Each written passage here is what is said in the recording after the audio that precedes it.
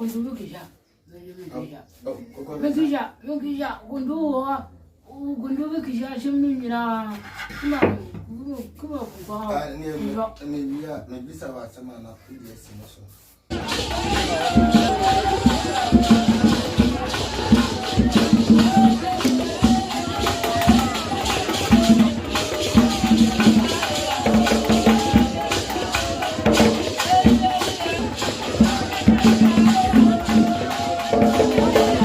Yo, atifo yeguso ede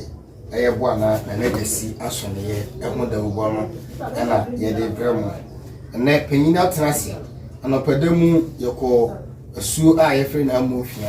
yebo anoman ko ho no na hoho so aba bibi nachi ewo bo na kuruma mo firi baabi bibi aba mo be ye o mo bisa mo ma hwe o mo bra bo mo sen eniti ukomesa ema ye mekakra ene ye nkasai abra so se suma no ekoda na afi die na Kyeame akasa atwetweko Kyeame ediki aka abakwasem di amoye ene di asuma no timi nyina ewo esungo Amoofia si abedu hai ma hu se sekan bibiri etwa ha ahia sekan no kafura edini ibese na akire media sekan egu ha bibiri etimi na so ma ofo kafura nzan fa ba kon ka ho se na be ya tifu be mu se sekan na e wa na edoso pa ibiso eshisuna nase eniwe na be ma no na eshisuna nase na de we eheboham disamota mayehu djuma ben na ekoso ha yinim se ha afuo bi ani ha suma na nanom ne wa ha ena oma afena so e wa ha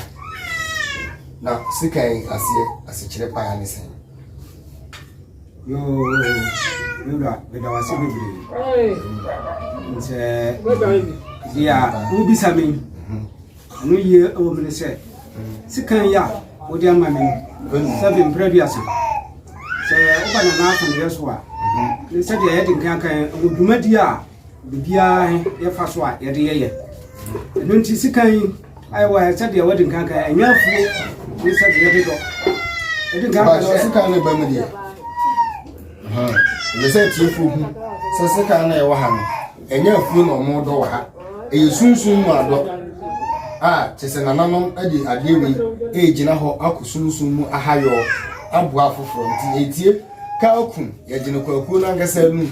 ti Kyeame ngasa etu na numtu eha sefe na ohwe ye Pemampim TV ewo nipa bibiri ede mama efa Ghana mambe ni amane ho efa bibiman amambe ni amane ho enti yawo nana jasi asoye enti Kyeame nana Owusu eguso e kire niema eni so ewa ha yo bida wase sadia atienie sikan ya ubisa me ho asem no sadia ya kan ye honhom sikan ya nananom ede bekokon amani pa odina djuma e ba beja sabe yetna we ye ni ya ye nu so sadia ye ni betina nananom no ye honhom nti se wodu waduma ba na se nananom hwe na se fata se bejo sikan na bede koma wa sikan na bede bedo ohun afiri sabe ebia wabusuam nipa bonifo bi ne wompewe no pese ose wo no sikan ni nananom age na omode akọ mfre ade amawo nti se sikan hu hunu na bisami a sikan na sekire no yo nana yede wase pi sikan nana ameyahu ye nti a sikan bibibiwi tifu hwe ya amanfo ade abeja nana enam ninyuma pa ene ne kopa okunti na alasa enti adua ne mugidi enti ena yemu sa sika ene sika bafu ye nyina ewa sikan nti yewie sika na chi no nana ba hu se ntoa pa ko ni mu fa hwa ama hwa entoa pa entoa kasape connection up ahodo bebre ewa ha nana kan bibi kakra entoa wi mo ye ne den wa Adurowura ntoa ya uhuni seven previous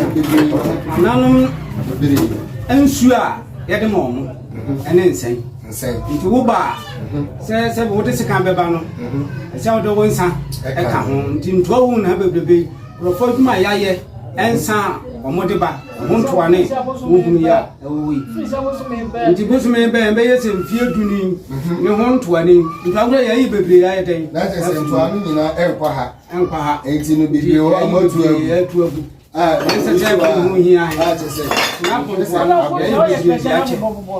ada woroma nti se de tie ne nti so bi sai ya na mi se bo se raba bi nso esisi ho raba nso so na sikire ni ntia raba nso wa ne se bia obeba ha na be manadura mana ko dware no raba ho wi se wo de ba raba ni raba no se wo de ba do super esi nura na ama fo dware de be ya china bi he won sare nko dware ma na se no ba wo fro nko fa raba nko dware ma en ka se mfoforo ma good ntini ma wo wi se ho hia se wo de raba en se raba na do super ni yi bia wo dware wi a se wo de na nani baby a ade a wodware mu ntini mo mu sa ade no je ya mamre ene amane kwa so ntida sa ne ma hina so ewa ha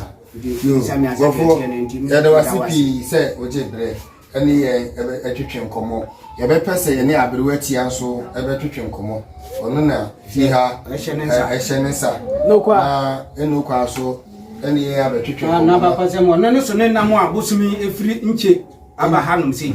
nti abawa baba free ahanta nche nzema lie ena tu ebe abe sa ena ene bolo die so abekensia nye hamsa letie nti sa Asuo Akua si hai o nche wana oda nimu Ghana ha bia no nimu nche asemen bo sa Asuo Akua ya kase wana nsuo oda ya bo nse Odiofo Nana Kwakujasi na Kyeame a yefre no Nana Owusu ono na egusu a osi abibiduro no wi amanfo na osi sadru wi yade asa omo yade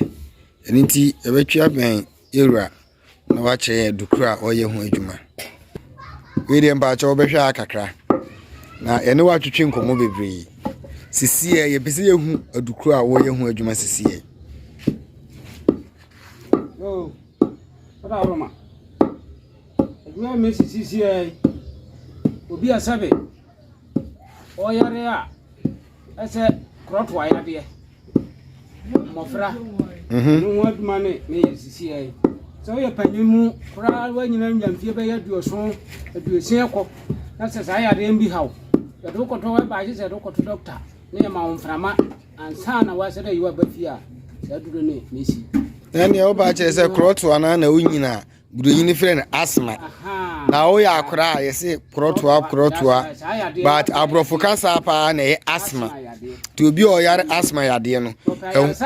o pa yare sa ase ebetukura de a na se Nana Owusu a ono ankasa na Nana Owusu adwuma wo ye asma wo sa yade na ma hu se nnuaba bi ninsini bi egufam ho a ya hata eno so dwuma ben na edi ono so de asa yarwa bebre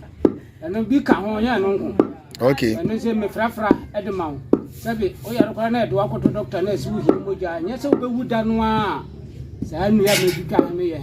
de fe ni pa ma ni nya mo bi ko doctor dikra no se onko fi onko nso mitimi di sa anu ya ba han ana abona han mi sa onko kro ya yo yewura ebera wase aha ayepema pim TV titi amamred titi abakwasem titi obi kire kwan na nanom faso esa yade abra na ingresi abrofo kokko emaaye no saa kwan na enua be man nam so a ode sayade ni nyina achi no ingresi abrofo baaye no ese yentungu na nanom ajapade de ese yekuram na esom yi eni nti yewura yi de oguso ode ya abibiduro esa yade abra ebinum so yusu abefo kwan so sayade no ono nso e de abibiduro na nanom abefo kwan so e de esa amanfo yarewa yewura yebeda wasipi ni hiamwa sebe nya bi ne be so masene ayen krata ama me na matma yade akwa mansan nyina ma bia nya bia to yewura se aduro ya yeyi ene mire Ghana ha Ghana aban de mra ena eye bibia edi se wo nimdie efa na nanom atete sem ne bibiduro ho krampo na wa kasa wuntimi mfiri wo pem enya duro mfa mo bisa wonom age se unya license ne krata a kire se obetimi enti sanko ye obi okura license a kene wiase nyina obia ba ne nchen abeje na yaresa nti osratiefo ne yahwefo so obia onim se owo moa a obetimi aboa yewurai na wanya krata obetimi dia ya bibiduro akwa mansan nyina enya so mfa so en obeda wase pi hihye bi a wo ho no wona ne ya obeti ase embenfo se baako ewere duru a egu ti cross nkwa agina o se baako fo nsa entimi nkatanyame ani ena praye hoye ka bomu a emu batu yi baako a ebebu nti yewura se abafo nyina momra boana ana na kira kwan ewo nkranza north district enti se wo hwe ya bra na beso yi nua be ma yase yeda masipi yede mu esi ha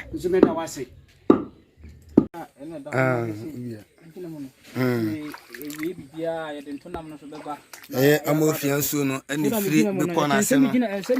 se me gina fridge mu enwini pa ha so so eye ni kan yi pa so no ena da ho no ya botan ifrim eba ifrim na nsuo no enreda emfa ho ne pesi bire emfa ho ne suto bire emfa ho ne season awom Amoofia yensu a se enje nsu keto akora enje nsuwa ene amowi nyina ye abusua ba ene nsuo na ye frɛ ne amowi titimafo efa apo a omse omufri amowi ninu yani the house ye frɛ ha Amoofia Amoofia se yesu batare pa amanfo ade omugidie ahyem a